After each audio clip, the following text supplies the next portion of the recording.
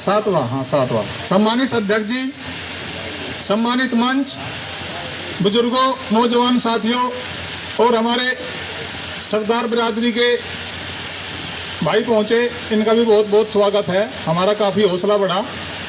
और आज धरने का 7वां दिन। एक धरना बुटराड़े में चल रहा है, उस धरने का 46वां दिन। एक धरना टीकरी में चल रहा है, हाईवे को लेकर ही दिल्ली देहरादून वाले को, उसका आज 60 दिन हो गए, 2 महीने हो गए। 3 मोर्चों पे हम डटे हुए, लेकिन समाधान कुछ नहीं है। समाधान के नाम पे आज फिर हमारे जो हाईवे में लोग लगे हुए, किसान लगे हुए हैं संघर्ष में, तमाम किसानों पर नोटिस भेजे प्रशासन ने। मैं पूछना चाहता हूं, एक तरफ तो प्रशासन बातचीत के लिए बुला रहा है और दूसरी तरफ नोटिस भेज कर दबाव बनाने का कार्य किया जा रहा है। प्रशासन की मंशा क्या है इसमें, यह बता दीजिए हमें पहले। भाई अगर प्रशासन यही चाह रहा है कि भाई किसानों का और हमारा टकराव हो जाए प्रशासन के साथ, तो भाई टकराव के लिए तैयार है और पार कर लो।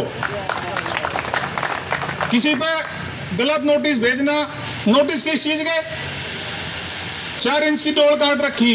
किसी ने चक्रोड अगर बीच में, भाई 2 भाइयों के बीच की अपनी चक्रोड है, वह भाईबंदी से यहाँ के बजाय भाई पटली तरफ को छोड़ ली अपनी, इस तरह के नोटिस भेजे गए। किसी पे 7-17 के नोटिस, किसी की दुकान पर सील लगा रखी।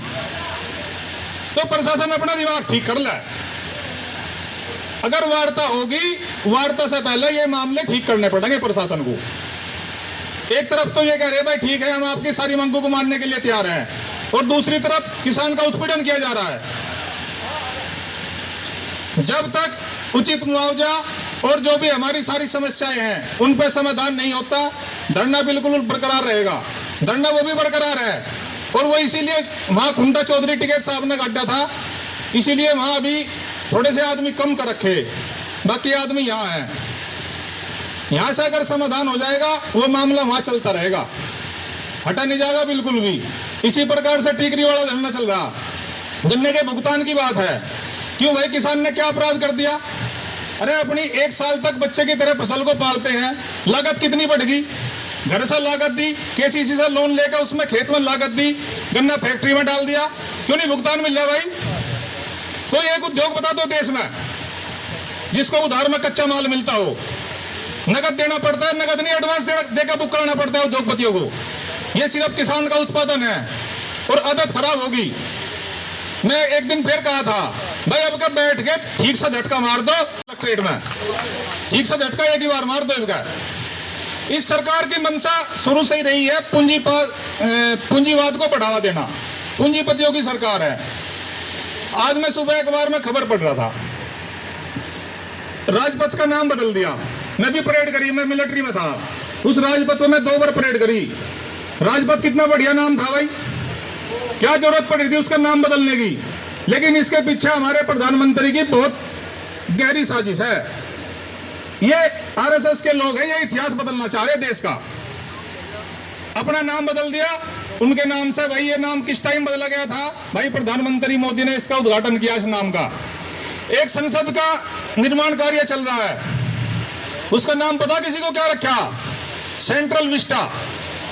भाई वो कौन सा संस्कृत का नाम है? अगर राजपथ नाम ठीक नहीं है तो वो जो सेंट्रल विस्टा नाम रखा वो संस्कृत का है, हिंदी का है, ये तो बता दें। और क्या उस संसद में कमी थी जो कई 1000 करोड़ रुपए लगाकर देश का जो किसान मजदूर जो टैक्स दे रहा है, जो टैक्स पेयर है, उसका पैसा लगाकर नया भवन बना दिया? उस पुराने भवन में क्या दिक्कत आ रही थी भाई? एक अमर जवान ज्योति थी राजपथ पर, उसमें जो द्वितीय विश्व युद्ध या उसके शहीदों के नाम और उसके बाद जितने भी युद्ध हुए, जितने भी अमर शहीद थे, सबके नाम अंकित थे। उसको भी हटाकर एक अपने नाम से वो बना दिया शहीद स्मारक। चलो शहीद स्मारक बनाया, बहुत अच्छी बात थी, होना चाहिए था, लेकिन जो अमर जवान ज्योति थी उसको हटाने की जरूरत कहां पड़ गई थी? उसके पीछे भी वही मंशा, क्योंकि अपने नाम की नेम प्लेट लगानी है, इतिहास बदलना है देश का, बस ये मंशा है इनके दिमाग में। और भी कई तरह के प्रोजेक्ट लेकर आ रहे हैं। जो हमारे वाला इकोनॉमिक कॉरिडोर है, हमारी जमीन जा रही शामली के 22 गांवों की, हम यही अपील कर रहे रोज सभी से, भाई आज तो हमारी जा रही, लेकिन प्रोजेक्ट 7 और डिक्लेयर हो लिए इस हाईवे के बाद। 2-3 पे काम चल रहा है, 2-3 के ड्रोन घूम रहे, जमीन नहीं बचनी। यहाँ जमीन सरकार लेगी तो देनी पड़ेगी, रोक नहीं सकते, लेकिन अपना भाव तय करवा सकें लड़के संघर्ष करके। आज जो भाव तय हो जाएगा इकोनॉमिक कॉरिडोर पे, वही भाव अगले जो भी प्रोजेक्ट होंगे उन सब पे देना पड़ेगा। अगर हमारा नहीं मिला अब फिर किसी को नहीं मिलता। तो मेरी यही विनती है भाई, सब भाई हमारे संघर्ष में हमारा साथ दो। लड़ाई सबकी है। बहुत बड़ा मुद्दा है भूमि अधिग्रहण का। पश्चिम यूपी में इनको दिख रहा है, दिल्ली के आसपास का इलाका, बड़े बड़े उद्योगपति आएंगे और जमीन भी मजबूत है, पानी भी ठीक है, ट्रांसपोर्ट की सुविधा, राजधानी भी नजदीक है। ये पूरा ये खड़ी करा दी मशीन, फिलहाल रुकवा दी खड़ी है। बोल रहे हैं कि हमारे अधिकारी लोग आ रहे हैं।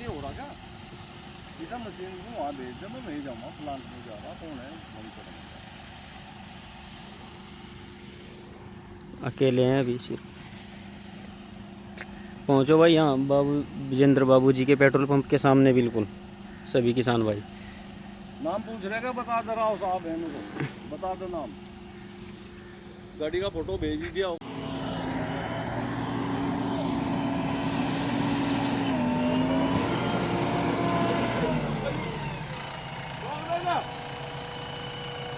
गाड़ी को उठाए, गाड़ी को भाई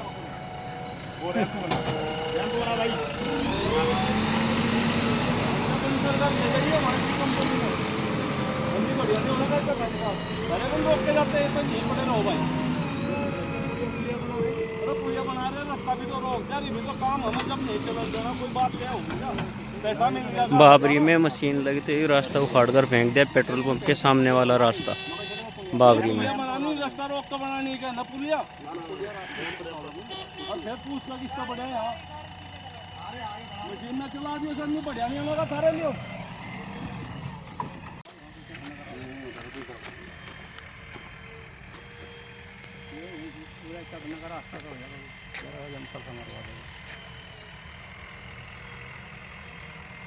ये बाबरी पेट्रोल पंप के सामने जो विजेंद्र बाबू जी के पेट्रोल पंप के सामने रास्ता है उसे उखाड़ रखा है जेसीबी वालों ने।